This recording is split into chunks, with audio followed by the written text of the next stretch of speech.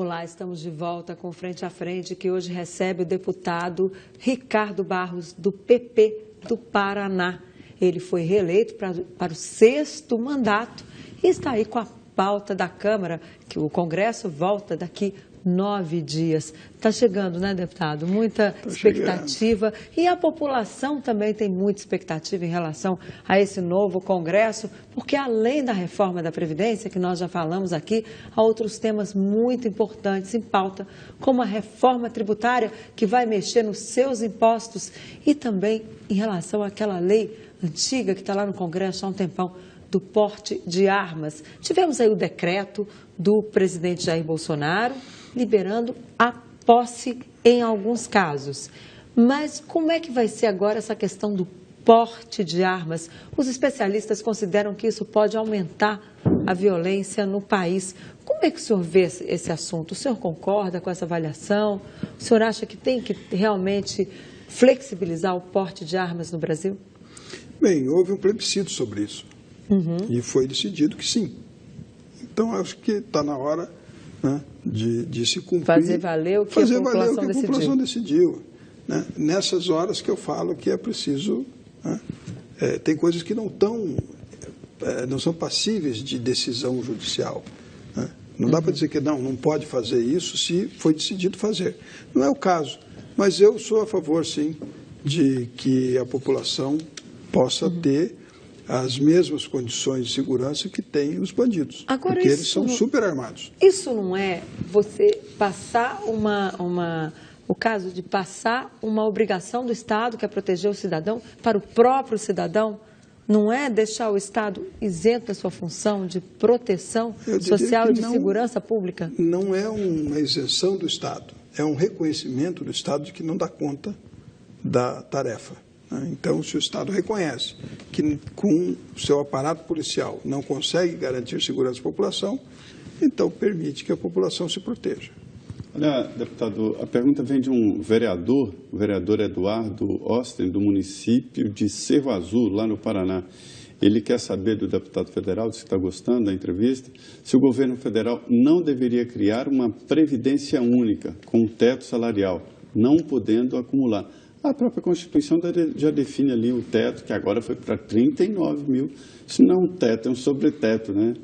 E ele pergunta, inclusive, aqui sobre a sua esposa, né, que foi governadora do Paraná, se vai ter uma aposentadoria para o resto da vida com salário de R$ 33.700. Olha, a questão da Previdência... São duas coisas. Ele quer saber se é possível, né, estabelecer uma previdência única com teto. E lá no Paraná, que é uma previdência diferente. O Paraná tem a sua própria previdência. O Paraná tem 7 bilhões de reais no caixa da Paraná Previdência, que é um regime de capitalização que ajuda a complementar o salário dos servidores. No caso, paga integralmente aqueles aposentados, uma parte é paga pelo orçamento do Estado. Acredito que há sim a necessidade de nós ajustarmos a reforma da Previdência num modelo que seja um modelo mais adequado, né?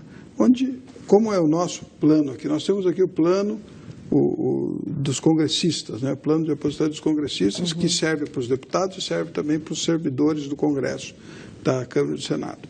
Esse plano exige contribuição mensal. Tem uma lenda que se passa através do WhatsApp, que o deputado tem uma aposentadoria especial, muito especial. É mais ou menos como o servidor público, né? Igualzinho. Nada diferente. Mas já foi uma existência, né? Não, tinha um mandato, antes se aposentava, mas hoje... Tinha o IPC, né? O Instituto de Previdência dos Congressistas. Esse IPC foi extinto. Então, agora nós temos um plano de previdência, como todas as estatais têm, como todo o governo tem, onde o servidor contribui por um valor e o patrão contribui por um valor, que é, no caso, o próprio governo, né, através das suas instituições, Banco do Brasil, Caixa Econômica, todos têm os seus planos. E, nesse caso específico, que nós estamos tratando lá do Paraná, houve agora uma mudança, o governador Beto Richa votou lá uma mudança nesse processo de capitalização, Mas o Estado do Paraná hoje é um dos estados com melhores condições financeiras. O governador passou com caixa de 5 bilhões e 300 para o próximo governador, o Ratinho Júnior, evidentemente, para o pagamento de compromissos assumidos. Nenhum centavo de dívida foi passado por outro mandato. O deputado tem uma pergunta sobre o assunto anterior. Ele perguntou ao deputado se ele tem armas em casa e se anda armado ou protegido por segurança. O deputado já antecipou que é a favor, né, Sim, da posse. Eu não tenho segurança, nunca tive, não ando armado, mas recebi de herança do meu pai algumas armas, umas que ele fazia tiro ao prato, uma coisa que não, né, de atividade esportiva, e que hoje não posso portar essas armas, não posso ter em casa, né? Então ficam guardadas num lugar onde é permitido, num clube de tiro. Mas é regulamentado por uma legislação específica, e isso está devidamente resolvido. O senhor não tem segurança particular, nem usa? Não, nunca tive segurança, não uso. Eu acho que o dia que eu precisar ter segurança, é melhor mudar de atividade. E o senhor anda em carro blindado, não? Porque não tenho carro blindado também. Olha, Maringá, minha cidade, é a melhor cidade do Brasil para se morar. Maringá segundo a revista Exame, né? segundo as consultorias especializadas, um nível de segurança muito alto, temos um Conselho Municipal de Segurança, a sociedade se envolve nisso, não tem favela, cidade, nenhum barraco. Isso também ajuda, porque a favela é o ambiente para o crime, né? Então, acredito que nós podemos avançar nessa questão. O João Pereira Filho, de Assis, São Paulo, boa noite, João. Ele quer saber se essa ideia do senhor de provas ilegais, se os grampos realizados contra a ex-presidente Dilma e o ex-presidente Lula, né, se também vale para eles. Eu acredito que toda prova obtida ilegalmente, mesmo que se descubra que se trata de um assunto grave. Sim, todo assunto, veja bem, toda vez que houver uma dúvida sobre o comportamento de alguém, o que diz a legislação, né? Código de Processo Penal. Grampo, denúncia anônima não pode gerar... não pode ser aceito como prova. Denúncia anônima não pode gerar uma quebra de sigilo, a não ser com investigação prévia. Então, quando o judiciário recebe uma denúncia, ele precisa fazer uma investigação prévia, encontrar elementos que deem ao juiz a condição de autorizar a quebra de sigilo. E o Manuel Neto, ele é administrador de empresas em Recife, ele quer saber do senhor, disse que está gostando do programa, obrigado, Manuel. Ele pergunta ao deputado se no governo Bolsonaro, a partir dessa equipe técnica e não política, né, se a corrupção será menor e se será eficiente, será um governo... É um governo técnico mesmo ou tem as indicações políticas?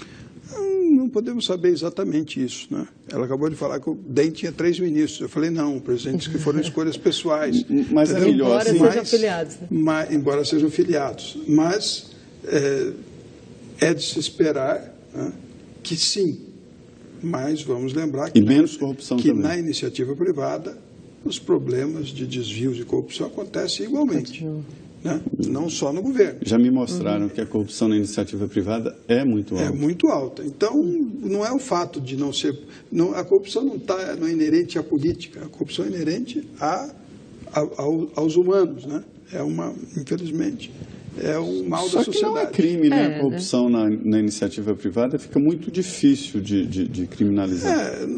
Mas há a possibilidade de pedido de reparação dos envolvidos e pode gerar uma ação criminal, tanto agora nós temos aí um grande executivo de uma empresa automobilística preso. Mas não é no Brasil, né? Mas aqui também, de vez em quando, vai né? A gente vê aí quantos empresários, né, foram parar na cadeia, na própria Lava Jato. Não, mas a corrupção na iniciativa privada... Sim, mas ali muitos deram um tombo nos donos das empresas, né? Muitos executivos ali também. É verdade. Teve caso desse por aí. A corrupção... Dinheiro que não foi para mão de político. A chamada lei do Gerson. Nós ouvimos muito isso lá, deputado, só para o ouvinte entender.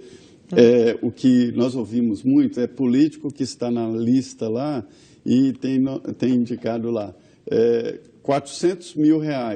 Aí o político vem, e disse para a gente em segredo, dizendo, gente, eu recebi dinheiro, eu foi recebi, só 100 foi mil. Só 100 mil. Aí onde os 300 mil foram parar? Quer dizer, o intermediário guardou. Né? Aí é a corrupção do outro lado. Corrupção dentro da corrupção. Agora, deputado, como reduzir isso? Hein? A gente percebe que o governo Bolsonaro chega aí com vontade mesmo de acertar o passo nessa questão. Mas aí vem a história do Flávio, que está mal explicada. Tem também uma série vai encontrar dificuldades em fechar empresas, né, Zé Maria? A gente já ouviu ali muita gente dizendo que não é tão fácil fechar a empresa pública. Como é que faz para tentar resolver essa questão? Tem até uma lei que diz que a empresa pública nunca é fechada, né? Não, chama Lei de Parkinson, eu descobri isso recentemente. As estatais, a média de gasto salarial das estatais é 88% com folha. As empresas servem basicamente para beneficiar os seus funcionários e pouco dinheiro vai para a atividade fim que aquela empresa foi criada. Então, precisa resolver e eu acredito que o presidente Bolsonaro terá, pelo menos se eu for presidente da Câmara, apoio total para aprovar as privatizações, que algumas delas precisarão ser aprovadas no Congresso Nacional. Por exemplo, qual que precisa passar pelo Congresso? Na área empresas, de energia, as empresas de energia, a Petrobras, as empresas da Eletrobras, as empresas que são... Mas ele não quer privatizar a Petrobras inteira, né? Não, ele pode aumentar a participação do capital privado, na própria Caixa Econômica, no Banco do Brasil. O governo não precisa ter uma participação majoritária para ser controlador. Ele pode ser minoritário controlador, desde que ele pulverize as ações. Na área de saúde, tem alguma empresa pública passível de privatização? O senhor que foi ministro? Não me ocorre. Hospitais? Não me ocorre, mas a Hemobras poderia ser privatizada, porque é um fornecedor de insumo, de imunoglobulina. Né? Não vejo problema. Aliás, nosso tempo aqui no o governador Dória está dizendo que vai fazer uma parceria privada, que vai terceirizar para privados as produções do Butantan e da FURP. Não, nosso tempo aqui no Frente a Frente já está acabando, mas o senhor foi ministro da Saúde, né, recentemente, e a saúde é um grande problema apontado pelo eleitor. O senhor acha que o novo ministro Mandetta está ali no caminho certo? E, por exemplo, essa intervenção no Rio de Janeiro, no Hospital Federal de lá, com indicação de que houve prática política lá, indicação de deputados nomeando diretor do hospital. Então, como é que o senhor vê essa movimentação? Quando nós enfrentamos essa questão, contratamos uma consultoria do Hospital Sírio-Libanês para que os 9 hospitais do Rio, 6 hospitais e 3 institutos fossem geridos de forma conjunta, compras conjuntas, escala, preço, né? Trombamos aí no Tribunal de Contas da União que diz que não, que cada hospital tem um gestor, um ordenador de despesa e que, portanto, não se pode fazer uma compra para todos se cada um tem um ordenador de despesa específico, que é uma bobagem. Nós estamos falando de fazer um consórcio, como se faz em consórcio de municípios, cada prefeito é ordenador da sua despesa, mas o consórcio adquire produtos para todos. No Paraná, 396 dos 399 municípios compram medicamentos em conjunto num consórcio. E sai até mais barato, consegue muito mais barato, muito mais eficiente. E nesse caso lá do Rio, o senhor sabia? No caso do Rio, eu acredito que é preciso, sim.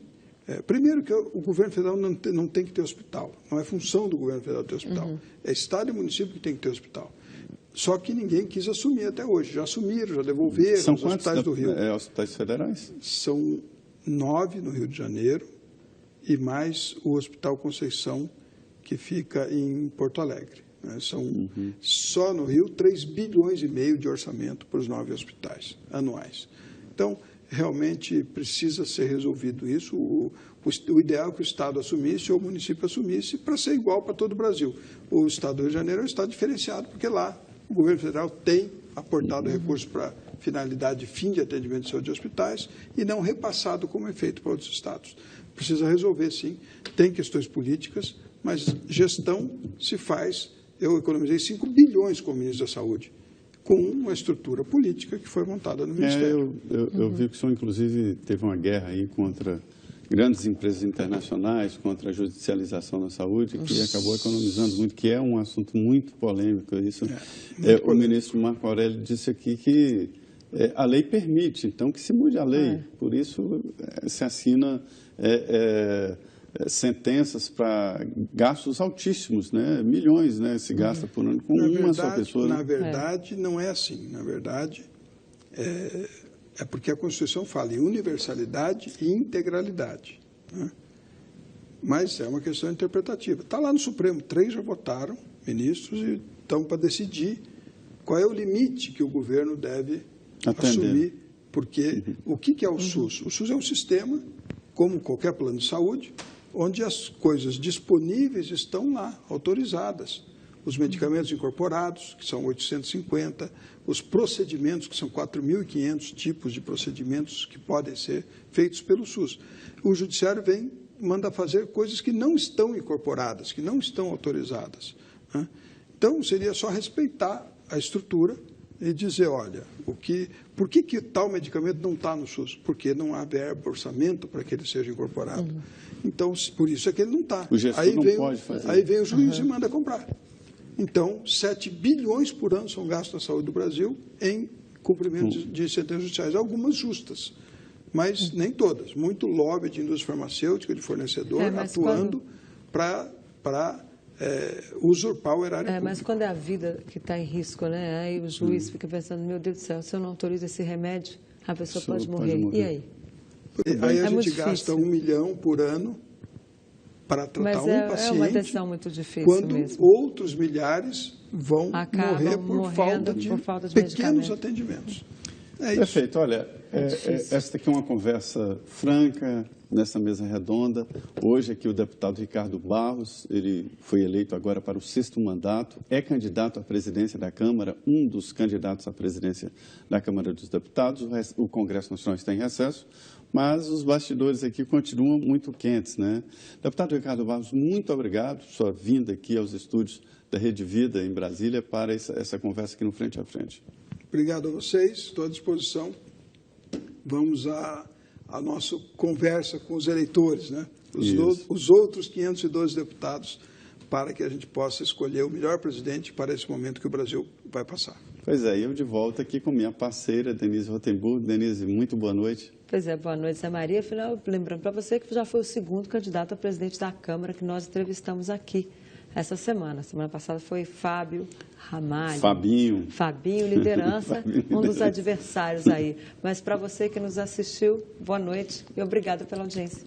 Pois é, política. Falamos aqui mais uma vez de política. Você sabe, política define a sua vida, o seu aluguel, a sua comida, né? E o seu futuro, a educação do seu filho. E nós aqui nessa mesa redonda fazemos exatamente questão de mostrar o pensamento do convidado e do entrevistado. Muito boa noite e siga agora com o Jornal da Vida, aqui mesmo na Rede Vida de televisão. É isso, até quarta-feira que vem.